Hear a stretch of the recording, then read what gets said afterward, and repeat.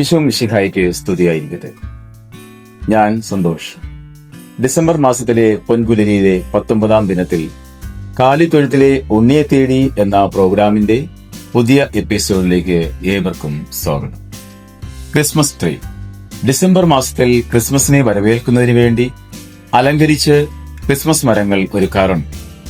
Christmas ആഘോഷങ്ങളുടെ ഭാഗമായി ദേവാലയങ്ങളിലും വീടുകളിലും പൊതുസ്ഥലങ്ങളിലും അലങ്കരിക്കുന്ന ഒരു നിത്യഹരിത മരമാണ് ക്രിസ്മസ് ട്രീ. ഇതിൽ വർണ്ണാഭമായ ലൈറ്റുകൾ, നക്ഷത്രങ്ങൾ, മാലകൾ, മിഠായികൾ, മറ്റ് അലങ്കാര വസ്തുക്കൾ എന്നിവ തൂക്കിയിടും.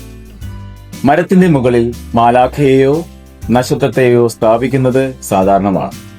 പൈൻ, സിർച്ച് തുടങ്ങിയ മരങ്ങൾ ഉപയോഗിച്ചാണ് ക്രിസ്മസ് ട്രീ ഉണ്ടാക്കാറുള്ളത്. ഇന്ന് യഥാർത്ഥ മരങ്ങൾ കൂടാതെ PVC പോലുള്ള വസ്തുക്കൾ ഉപയോഗിച്ച് നിർമ്മിക്കുന്ന ക്രിസ്മസ് ട്രീകൾ വ്യാപകമായി ഉപയോഗിക്കുന്നുണ്ട്. കോൺ ആകൃതിയിലുള്ള മരങ്ങളാണ് ക്രിസ്മസിന് കൂടുതലായി ഉപയോഗിക്കുന്നത്. ഇത് പരിശുദ്ധ ത്രിത്വത്തെയാണ് സൂചിപ്പിക്കുന്നത്. ആദത്തിന്റെയും ഹവ്വായുടെയും മരം എന്ന പാരമ്പര്യത്തിൽ നിന്നാണ് ക്രിസ്മസ് ട്രീയുടെ ഉത്ഭവം എന്ന് കരുതപ്പെടുന്നു. ജർമ്മനിയിൽ നിന്ന് ഉത്ഭവിച്ച ക്രിസ്മസ് ട്രീ ലൂഥറൻ സഭയുടെ പ്രധാന ഭാഗമായിരുന്നു. പിന്നീട് കത്തോലിക്ക സഭ ക്രിസ്മസ് ട്രീയെ സ്വീകരിച്ചു. 1901 ആദ്യത്തെ ക്രിസ്മസ് ട്രീ ഫാം സ്ഥാപിച്ചു. എന്നാൽ 1930-40 കാലഘട്ടത്തിലാണ് ഇതിന് കൂടുതൽ പ്രചാരം ഉണ്ടായത്. ക്രിസ്മസിന് 4 ആഴ്ച മുമ്പുള്ള ഞായറാഴ്ച അലങ്കരിച്ചു വയ്ക്കുന്ന ക്രിസ്മസ് ട്രീ ക്രിസ്മസ് കഴിഞ്ഞ് 12 ദിവസത്തിന് ശേഷമാണ് എടുത്തു മാറ്റേണ്ടത്.